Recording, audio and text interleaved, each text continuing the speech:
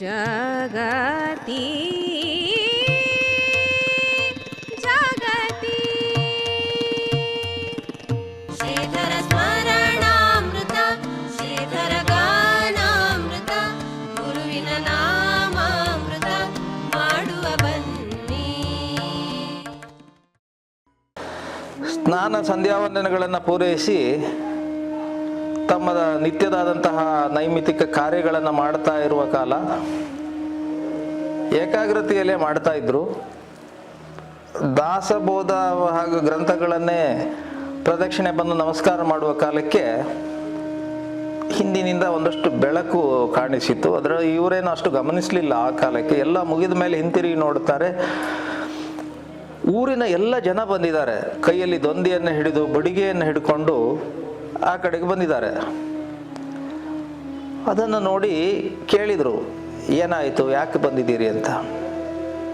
ಒಂದು ಕ್ಷಣಕ್ಕೆ ಅವರು ಇವ್ರ ಮೇಲೆ ಆಕ್ರಮಣವನ್ನು ಮಾಡಲಿಕ್ಕೆ ಮುಂದಾಗಿದ್ರು. ಯಾಕೆಂದರೆ ಕೌಪೈನಧಾರಿಯಾದಂತಹ ಇವರನ್ನು ನೋಡಿದ ಕ್ಷಣದಲ್ಲಿ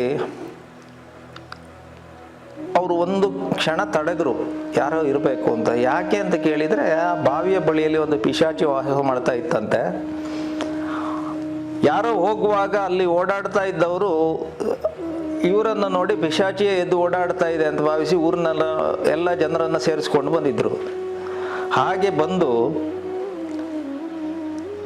ಇವರು ಈ ಅನುಷ್ಠಾನವನ್ನು ಎಲ್ಲ ಮಾಡ್ತಾ ಇದ್ದದನ್ನು ನೋಡಿದ ಕ್ಷಣದಲ್ಲಿ ಬಹುಶಃ ಬೇರೆ ಯಾರೋ ಇರಬೇಕು ಅಂತ ಆವಾಗ ಹೇಳಿದರಂತೆ, ಈಗ ನಾನು ಬಂದು ಈ ಸ್ಥಳ ಪರಿಶುದ್ಧ ಆಗಿದೆ, ಇನ್ನು ನಿಮಗೆ ಯಾವ ಪಿಶಾಚಿಯ ಕಾಟವೂ ಇರೋದಿಲ್ಲ, ಇನ್ನೇನು ಹೆದರಬೇಕಾದಿಲ್ಲ ಅಂತ ಊರಿನವರಿಗೆಲ್ಲ ಅಭಯವನ್ನು ಕೊಟ್ಟು ಅಲ್ಲಿಂದ ಮುಂದೆ ಸಾಗುತ್ತಾರೆ.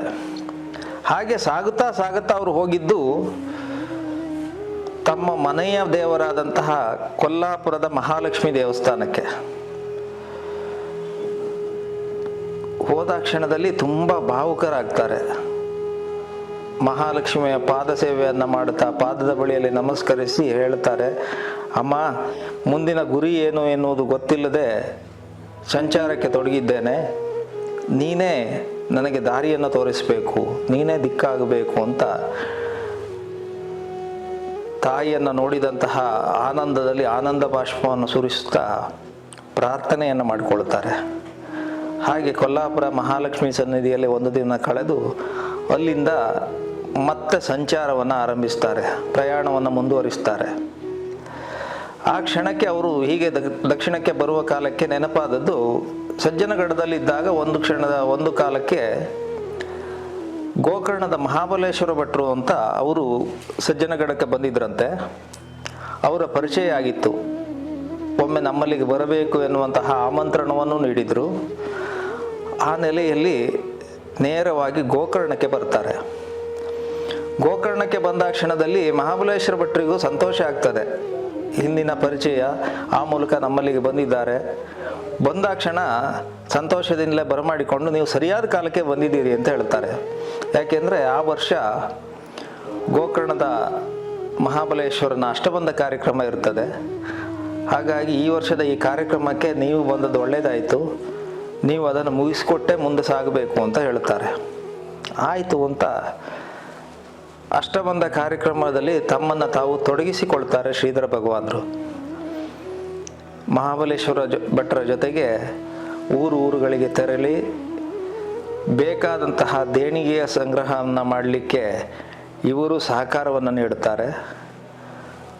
ದೇವಸ್ಥಾನದ ಎಲ್ಲ ಸಿದ್ಧತೆಗಳಲ್ಲಿ ಒಬ್ಬ ಆಳಾಗಿಯೇ ದುಡಿತಾರೆ. ಯಾಕೆಂದರೆ ಶ್ರೀಧರ ಭಗವಾನರು ಕಡೆಯವರೆಗೂ ಯಾವುದೇ ಕ್ಷೇತ್ರಕ್ಕೆ ಹೋದರೆ ಅಲ್ಲಿದ್ದಂತಹ ಹಿರಿಯರನ್ನು ತಮ್ಮ ಗುರುಗಳು ಎನ್ನುವ ಭಾವನೆಯಿಂದ ಅವರನ್ನು ನೋಡ್ತಾ ಇದ್ದರು.